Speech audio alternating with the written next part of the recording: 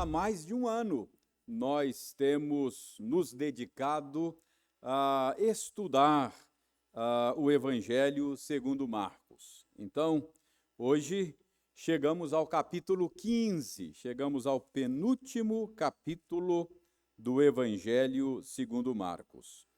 E eu farei a leitura dos 15 primeiros versículos de Marcos 15.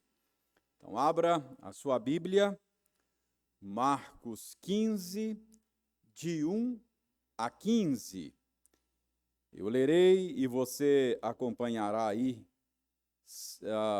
a leitura que farei, e eu espero que você acompanhe com bastante interesse, com alegria, acompanhe com fé, porque é a palavra de Deus que nós leremos. Marcos 15, de 1 a 15. Diz o seguinte: Logo pela manhã, entraram em conselho os principais sacerdotes com os anciãos, os escribas e todo o sinédrio, e amarrando a Jesus, levaram-no e o entregaram a Pilatos. Pilatos o interrogou: És tu o rei dos judeus? Respondeu Jesus: Tu o dizes. Então os principais sacerdotes o acusavam de muitas coisas. Tornou Pilatos a interrogá-lo: Nada respondes? Vê quantas acusações te fazem. Jesus, porém, não respondeu palavra, a ponto de Pilatos muito se admirar.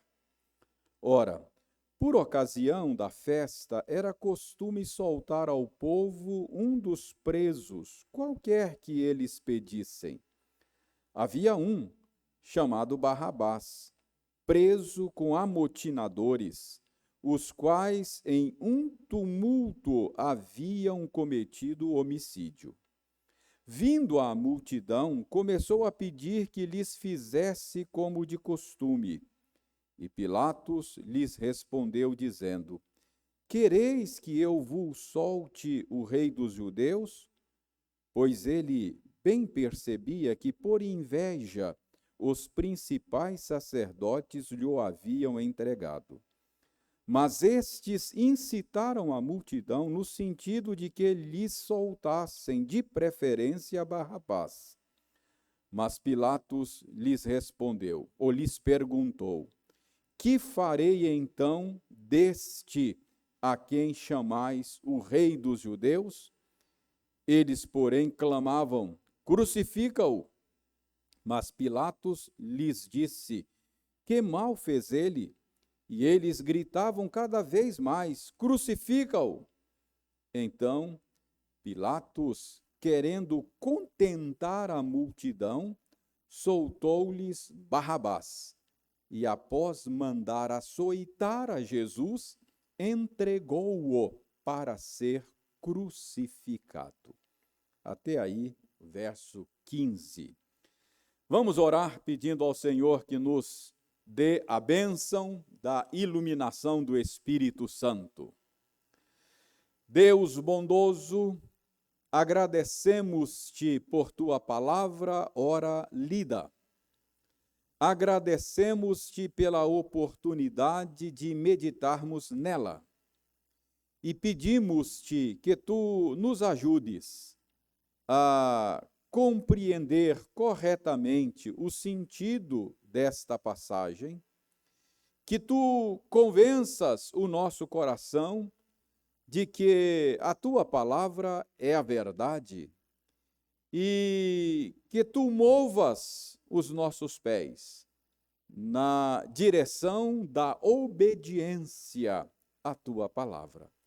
Nós pedimos isto humildemente, em nome de Jesus. Amém. Nós temos visto nestas últimas semanas o julgamento de Jesus Cristo. E já vimos que Jesus foi interrogado durante a noite pelo sumo sacerdote e pelo Sinédrio, uma espécie de Suprema Corte dos judeus. E na madrugada de quinta para sexta-feira da última semana de vida do Senhor Jesus, ele foi condenado à morte pelos principais sacerdotes, escribas, enfim, pelo Sinédrio, pelo crime de blasfêmia. Mas acontece que naqueles dias Israel vivia sob o domínio político dos romanos e somente Roma podia executar a pena capital. Por isso, Marcos diz aqui no texto que lemos que logo cedo, bem cedo, os principais sacerdotes e escribas trataram de levar Jesus a Pilatos, que era o procurador romano. Você pode ver esta informação aí no primeiro verso da passagem que acabamos de ler. Diz aí o primeiro verso: logo pela manhã, entraram em conselho os principais sacerdotes com os anciãos, os escribas e todo o sinédrio, e amarrando a Jesus, levaram-no e o entregaram a Pilatos. Irmãos, dias antes, quando Jesus ainda subia para Jerusalém, na companhia dos seus discípulos, para passar esta semana lá, na comemoração da Páscoa, Jesus predisse aos seus discípulos, a caminho de Jerusalém, que estas coisas descritas aí no verso que acabamos de ler, o verso 1, ia acontecer. Se você quiser recordar isso, é só voltar um pouquinho aí, nós estamos no capítulo 15. Se você voltar ao capítulo 10, no verso 33, você vai se recordar de como Jesus previu estes acontecimentos. Marcos 10, verso 33, diz o seguinte, Jesus falando aos discípulos enquanto subiam para Jerusalém. Eis que subimos para Jerusalém, e o Filho do Homem será entregue aos principais sacerdotes e aos escribas. Condená-lo-ão à morte, e o entregarão aos gentios. Então, o que está relatado, o que está narrado aí no capítulo 1 de Marcos 15, foi anunciado previamente pelo Senhor Jesus Cristo que isto haveria de acontecer em Jerusalém. E o que significa esta predição de Jesus? Irmãos, isto significa que a condenação de Jesus à morte não foi algo casual. A condenação de Jesus e a sua morte não foi um acidente. Jesus Cristo previu isso e predisse isso exatamente porque tudo haveria de acontecer de acordo com o plano previamente elaborado por Deus. Então, a predição de Jesus nos faz entender que a condenação dele não foi um acidente, não foi algo que aconteceu de maneira imprevista. Tudo aconteceu conforme o plano previamente elaborado por Deus. E este é o nosso primeiro ponto de hoje. Esta é a primeira lição que eu quero que você aprenda hoje. Quero que você saiba que a condenação de Jesus, que a sua morte não foi um acidente, mas foi o cumprimento do plano previamente estabelecido por Deus. A Bíblia ensina isso com muita clareza, de tal maneira que não pode pairar dúvidas a respeito desse assunto. Por exemplo, em seu sermão pregado no dia de Pentecostes, Pedro falou desse plano de Deus de uma maneira muito clara. Ouçam as palavras de Pedro, elas estão registradas em Atos, no capítulo 2, versos 22 e 23. Naquele dia, no dia do Pentecostes, Pedro disse o seguinte: varões israelitas, atendei a estas palavras. Jesus, o Nazareno, varão aprovado por Deus diante de vós com milagres, prodígios e sinais, os quais o próprio Deus realizou por intermédio dele entre vós, como vós mesmos sabeis, sendo este entregue, preste atenção no que Pedro vai dizer agora, sendo este entregue pelo determinado desígnio e presciência de Deus, vós o matastes, crucificando-o por mãos de iníquos. Então, irmãos, de modo que Pedro está dizendo aí no seu sermão que Jesus foi entregue pelo determinado desígnio e presciência de Deus. Então, como eu disse, não pode pairar dúvidas a respeito desse assunto. Os acontecimentos narrados por Marcos nesta passagem a respeito da condenação de Jesus são acontecimentos que seguem o plano que Deus preparou, elaborou de antemão. Era assim que os cristãos primitivos acreditavam a respeito da condenação de Jesus, e é assim que nós também devemos acreditar. Um outro exemplo bíblico desta convicção dos cristãos do primeiro século pode ser encontrado no livro dos Atos, no capítulo 4, versos 27 e 28. Nós temos ali em Atos 4, 27 e 28, palavras ditas em uma oração da igreja do primeiro século.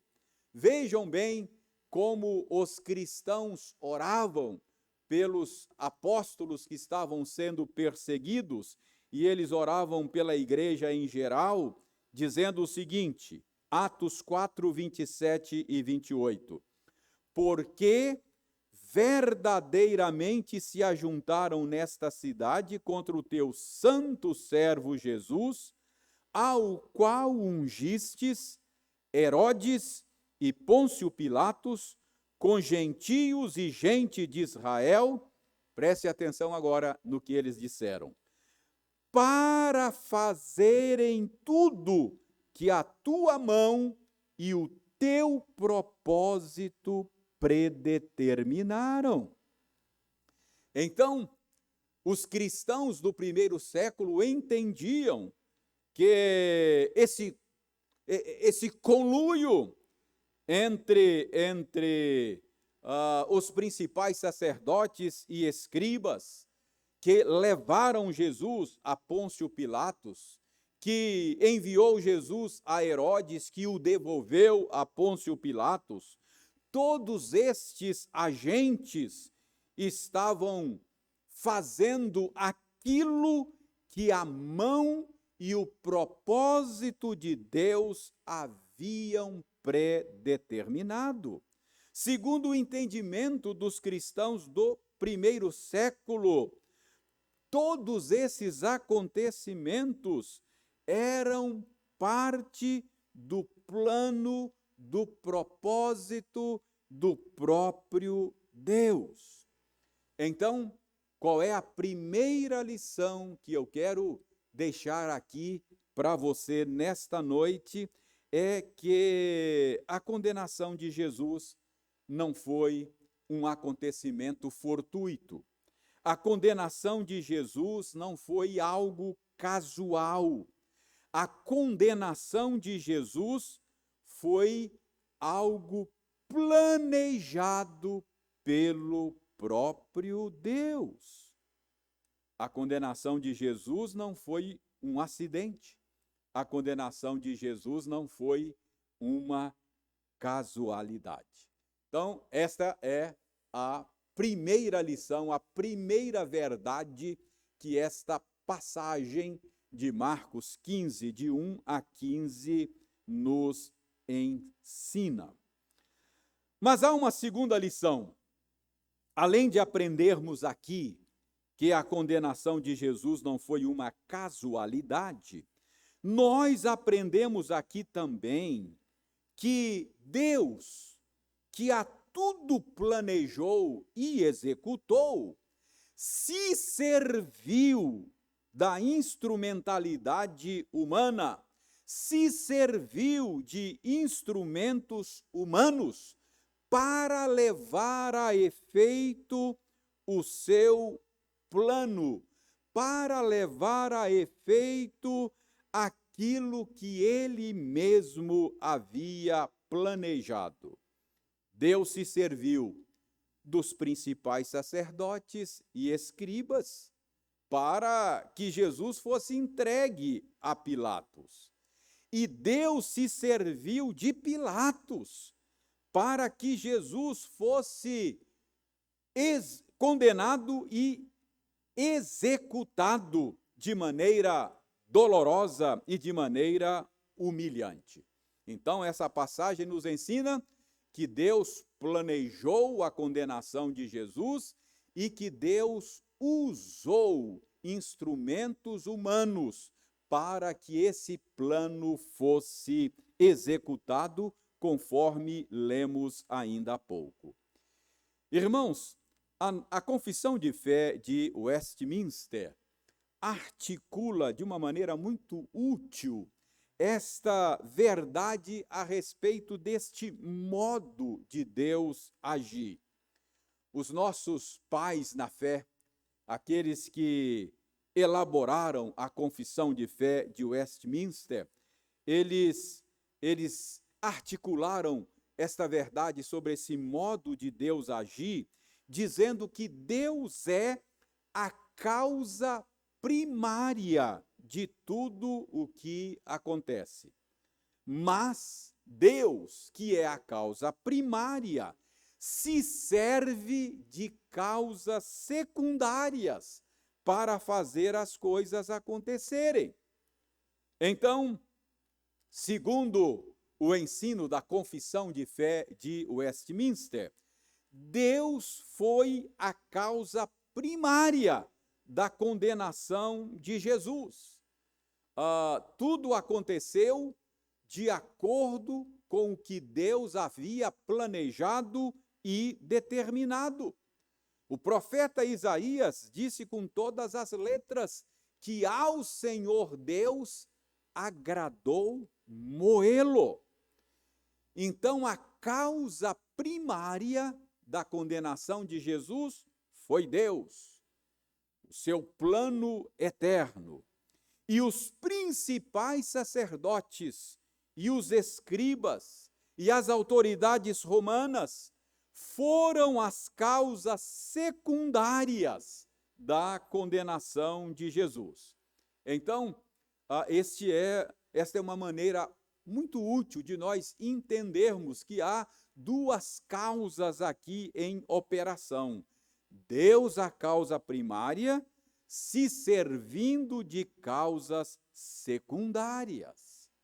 Mas a Confissão de Fé de Westminster faz questão de esclarecer também que quando Deus se serve desses instrumentos para levar a efeito a sua vontade na história, quando Deus se serve de causas secundárias, ele usa estas causas sem prejuízo da natureza delas.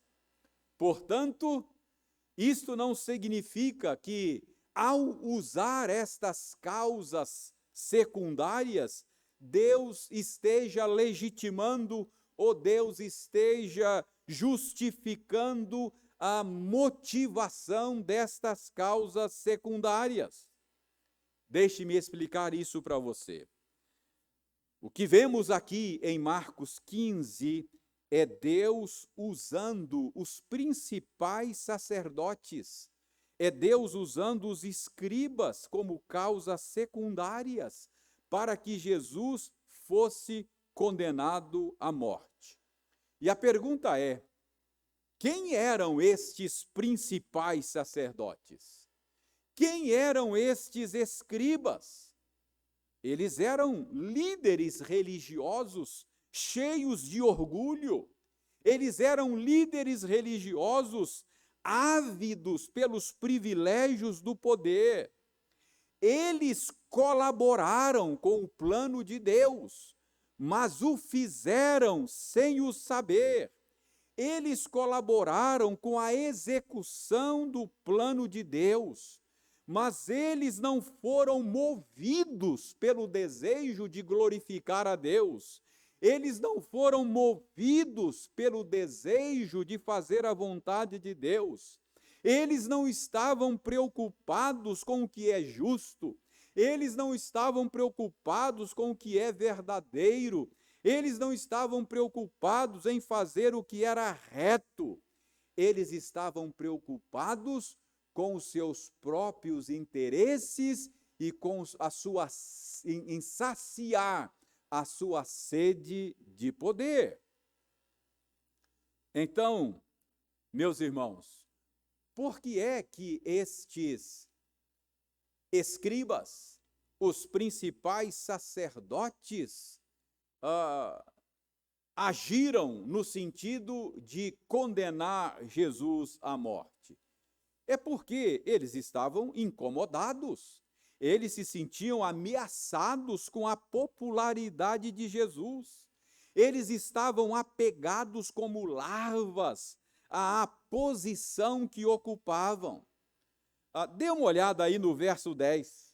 O verso 10 diz que Pilatos corretamente percebeu que os principais sacerdotes e os escribas entregaram Jesus movidos por inveja. Isso está aí no verso 10. Pois ele bem percebia, isso é, Pilatos percebia, que por inveja os principais sacerdotes lhe haviam entregado. Então, os principais sacerdotes foram causa secundária da condenação de Jesus. Deus os usou, mas eles agiram de acordo com a sua própria natureza. Pilatos também foi uma causa secundária, usada por Deus para levar a cabo, para levar a efeito a condenação de Jesus. E quem era Pilatos? Irmãos, Pilatos era um político astuto.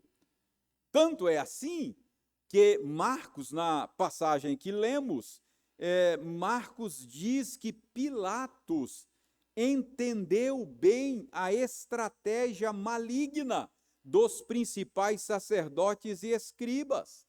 Ele percebeu que, no fundo, eles estavam entregando Jesus por inveja. Isso sugere para nós que Pilatos sabia jogar o jogo da política. E neste jogo político, Pilatos tentou de tudo para se desvencilhar do problema que lhe foi apresentado. Por exemplo, Marcos não diz, mas João, ao narrar esses fatos, João diz que quando Pilatos perguntou aos principais sacerdotes e escribas qual era a acusação contra Jesus, você vai ver isso lá no capítulo 18 de João, eles responderam dizendo, se este não fosse malfeitor, não tu entregaríamos. Pilatos então replicou-lhes dizendo, tomai-o vós outros e julgai-o segundo a vossa lei. Pilatos está aqui fazendo o jogo político. Pilatos está aqui tentando se desvencilhar de uma situação embaraçosa. O que Pilatos está dizendo aqui aos principais sacerdotes e escribas é mais ou menos o seguinte, esta é uma questão interna de vocês. Resolvam isto entre vocês mesmos, de acordo com as leis de vocês. Eu não vou me meter nisso. Então, Pilatos está aqui tentando se desvencilhar do problema. Mas ainda no capítulo 18 de João, no verso 31, é dito que os judeus responderam, a nós não nos é lícito matar ninguém. Eu disse ainda há pouco que a pena de morte só podia ser executada por Roma. Então, a primeira tentativa de Pilatos de se esquivar do problema não funcionou.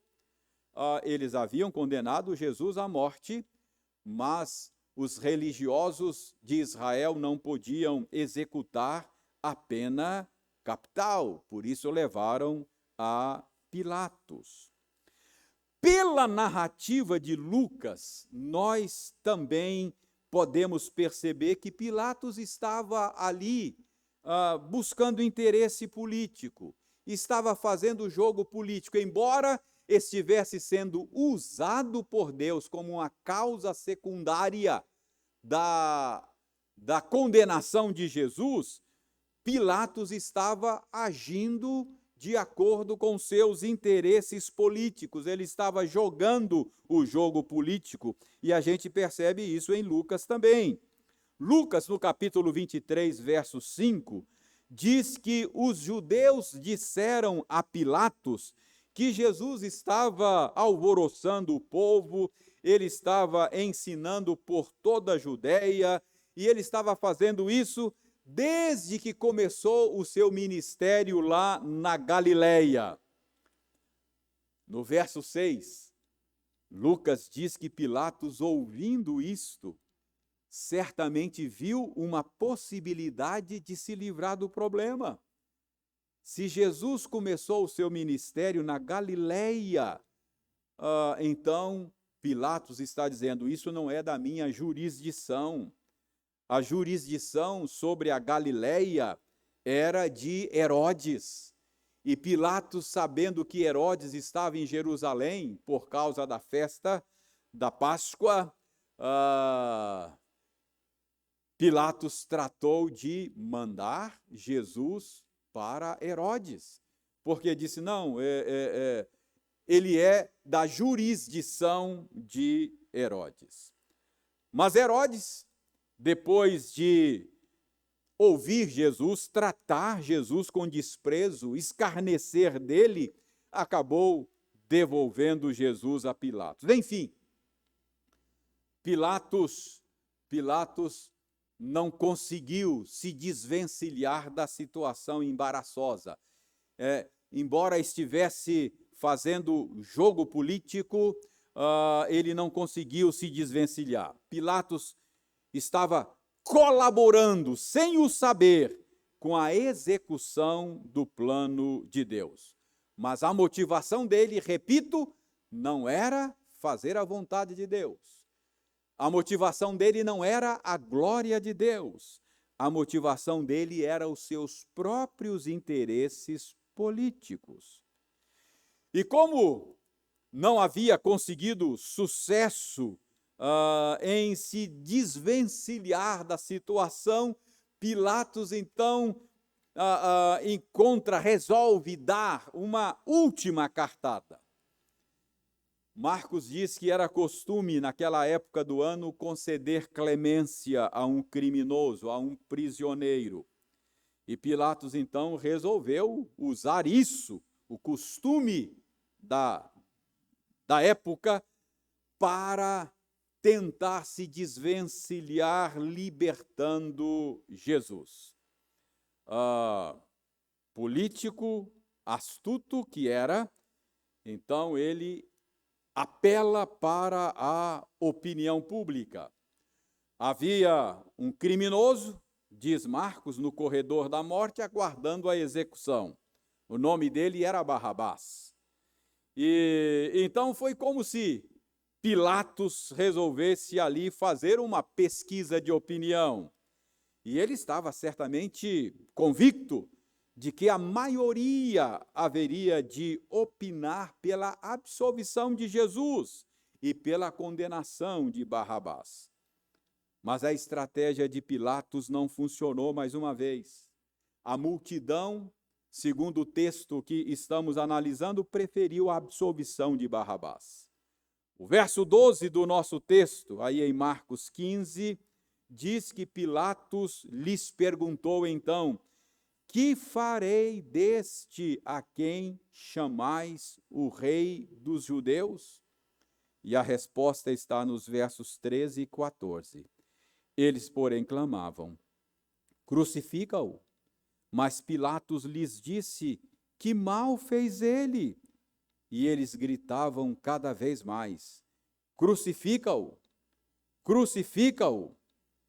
E no verso 15, lemos então que Pilatos, querendo contentar a multidão, soltou-lhes Barrabás e, após mandar açoitar a Jesus, entregou-o para ser crucificado. Preste bem atenção em mais uma evidência de que Pilatos estava jogando o jogo político, querendo contentar a multidão. Então, Pilatos, por medo da opinião pública, por medo do alvoroço e das complicações que ele poderia ter com Roma, Pilatos resolve açoitar Jesus e entregá-lo para ser crucificado. Pilatos, a outra causa secundária da condenação de Jesus. Ele foi um instrumento nas mãos de Deus para que Jesus fosse condenado. Mas Pilatos não estava agindo por motivações santas. Ele não estava preocupado com a verdade.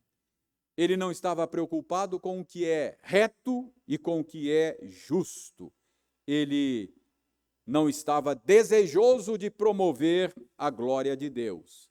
Ele estava, de fato, perseguindo os seus interesses políticos. Colaborou com a execução do plano de Deus, mas o fez sem saber e sem querer. Então, irmãos, a segunda lição que nós aprendemos aqui é que Deus usa causas secundárias. Ele usou causas secundárias na condenação de Jesus. Mas estas causas funcionaram de acordo com a sua própria natureza. Escribas e principais sacerdotes foram movidos pelo orgulho invejoso. Pilatos foi movido pelos seus interesses políticos. Mas todos eles, sem o saber, estavam sendo usados por Deus para concretizar aquilo que Deus havia planejado, isto é, a condenação de Jesus Cristo. Finalmente, irmãos, uma terceira lição nesta passagem.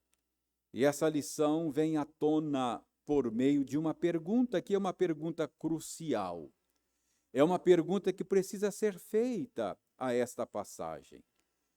Se foi Deus quem planejou a condenação de Jesus, se foi Deus quem usou a instrumentalidade dos principais sacerdotes e escribas e até de Pilatos, o gentio Pilatos, para levar Jesus à condenação, a pergunta é: o que Deus estava fazendo por meio deste plano?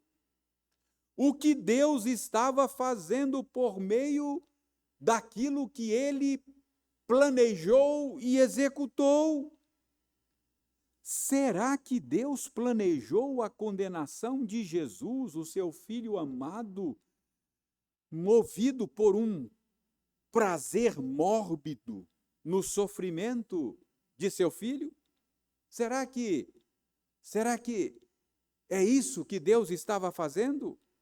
Ou será que Deus estava praticando a injustiça de condenar um inocente? Irmãos, nenhuma das duas coisas. Deus não tem esse prazer mórbido no sofrimento do seu filho amado. E Deus também não pratica injustiças.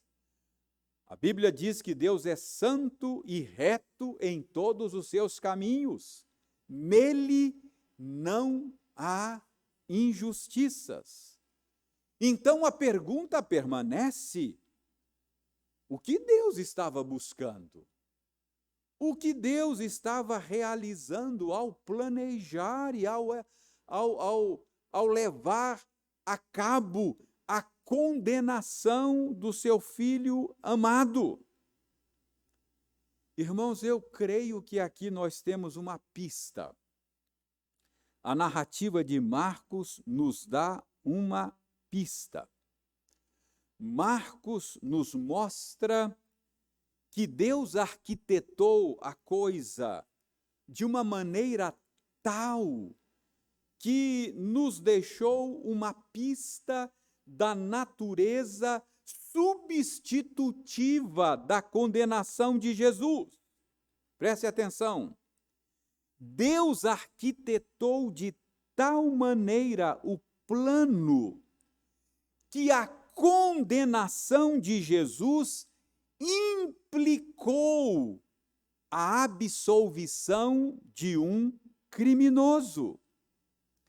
Irmãos, alguns estudiosos entendem que a cruz na qual Jesus foi executado havia sido preparada para Barrabás. De qualquer maneira, naquela sexta-feira, já estava planejado antes, de qualquer maneira, haveria naquela sexta-feira a execução de 3 criminosos. Barrabás já tinha sido julgado, condenado à morte e estava no corredor da morte, só aguardando a execução da pena. E ele seria executado naquela sexta-feira. Ele e mais 2 criminosos. Mas na última hora, Barrabás foi substituído por Jesus. Jesus substituiu Barrabás naquela cruz. A cruz que foi preparada para Barrabás foi a cruz na qual Jesus foi executado. Então nós temos aqui uma pista daquilo que Deus estava fazendo. Irmãos, eu não estou dizendo aqui que Barrabás tenha sido salvo. Não estou dizendo isso. Eu não estou dizendo que Barrabás tenha se arrependido dos seus pecados e tenha recebido o perdão de Deus por meio de Jesus Cristo. Eu não estou dizendo isto. Não há evidências no texto que aponte para isso. O que eu estou dizendo é que a condenação de Jesus implicou a absolvição de Barrabás, um criminoso. Então, isso nos mostra que Deus orquestrou de tal maneira a coisa, que nos deu uma pista da natureza substitutiva da condenação de Jesus. Esta pista nos diz que Deus, ao planejar a condenação de Jesus, estava também planejando a absolvição de criminosos. No plano de Deus, Jesus é aquele que substitui os que estavam no corredor da morte, aguardando a execução da pena. O que nós temos aqui nestes fatos a respeito da condenação de Jesus é uma impressionante ilustração do Evangelho da Graça. O Evangelho é a boa notícia de que Jesus foi condenado em lugar de malfeitores. Ele recebeu a condenação que era nossa. Assim como Barrabás foi liberto da condenação por ser substituído por Jesus, agora também, como diz Paulo escrevendo aos Romanos, já não há condenação para aqueles que foram substituídos por Jesus.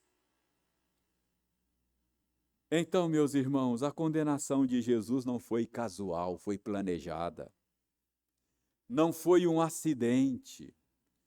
Tudo foi planejado por Deus. Tudo aconteceu exatamente conforme ele planejou. Os principais sacerdotes e escribas condenaram Jesus movidos por inveja. Pilatos, que tinha autoridade para libertar Jesus, se omitiu por causa dos seus interesses políticos. Mas eles foram causas secundárias. A causa primária da condenação de Jesus foi Deus mesmo. Mas se os escribas foram movidos pelo orgulho e pela inveja, se a causa secundária Pilatos foi movida por interesses políticos, a causa primária, que é Deus, estava sendo movido pelo amor a pecadores como você e eu.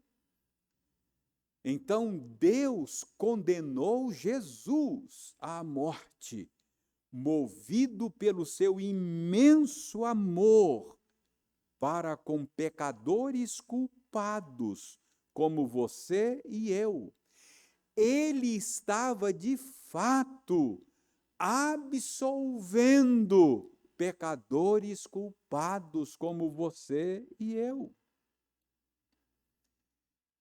O que Deus estava fazendo ao planejar e ao executar a condenação de Jesus?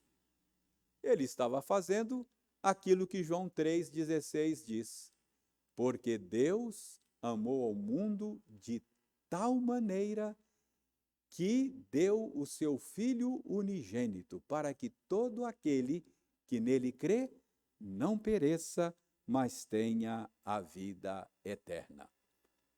O que Deus estava fazendo quando condenou Jesus à morte? Ele estava amando a você. Ele estava amando a mim. Que coisa maravilhosa! Por meio da condenação de Jesus, Deus estava livrando por amor a você e a mim da condenação eterna. Nos alegremos nisso, meus irmãos. Esta é a razão maior da alegria do nosso coração. Saber que em Cristo Deus nos amou desta maneira, a ponto de dar o seu Filho para nos livrar da condenação eterna. Porque Deus condenou o seu Filho em nosso lugar, não há mais condenação para nós. Não há notícia melhor, não há notícia mais maravilhosa do que essa notícia do Evangelho, a boa nova do Evangelho. Que Deus nos abençoe e que Deus nos ajude a apreciar esse grande amor com que Ele nos amou e que Ele nos ajude a corresponder a este amor, entregando a Ele a nossa vida com tudo aquilo que somos, com tudo aquilo que temos, como oferta de gratidão pelo que Ele fez por nós em Cristo Jesus. Vamos orar e agradecer a Deus por seu amor? Senhor, aceita a nossa gratidão. Aceita a nossa gratidão porque Tu planejastes de uma maneira tão sábia, tão estupenda a nossa redenção. Muito obrigado porque o Senhor não apenas planejou, mas o Senhor providenciou meios para que este plano fosse executado na história. Muito obrigado por Jesus, que se submeteu a este plano também por amor a nós. E desta maneira foi condenado em nosso lugar. O castigo que nos traz a paz caiu sobre ele, e por causa das suas pisaduras nós fomos sarados. Muito obrigado, Senhor. Ajuda-nos a compreender a beleza, a amplitude, a profundidade deste teu amor por nós e dá-nos a graça de correspondermos a este amor, vivendo para o teu inteiro agrado. Nós oramos agradecidos em nome de Jesus Cristo. Amém.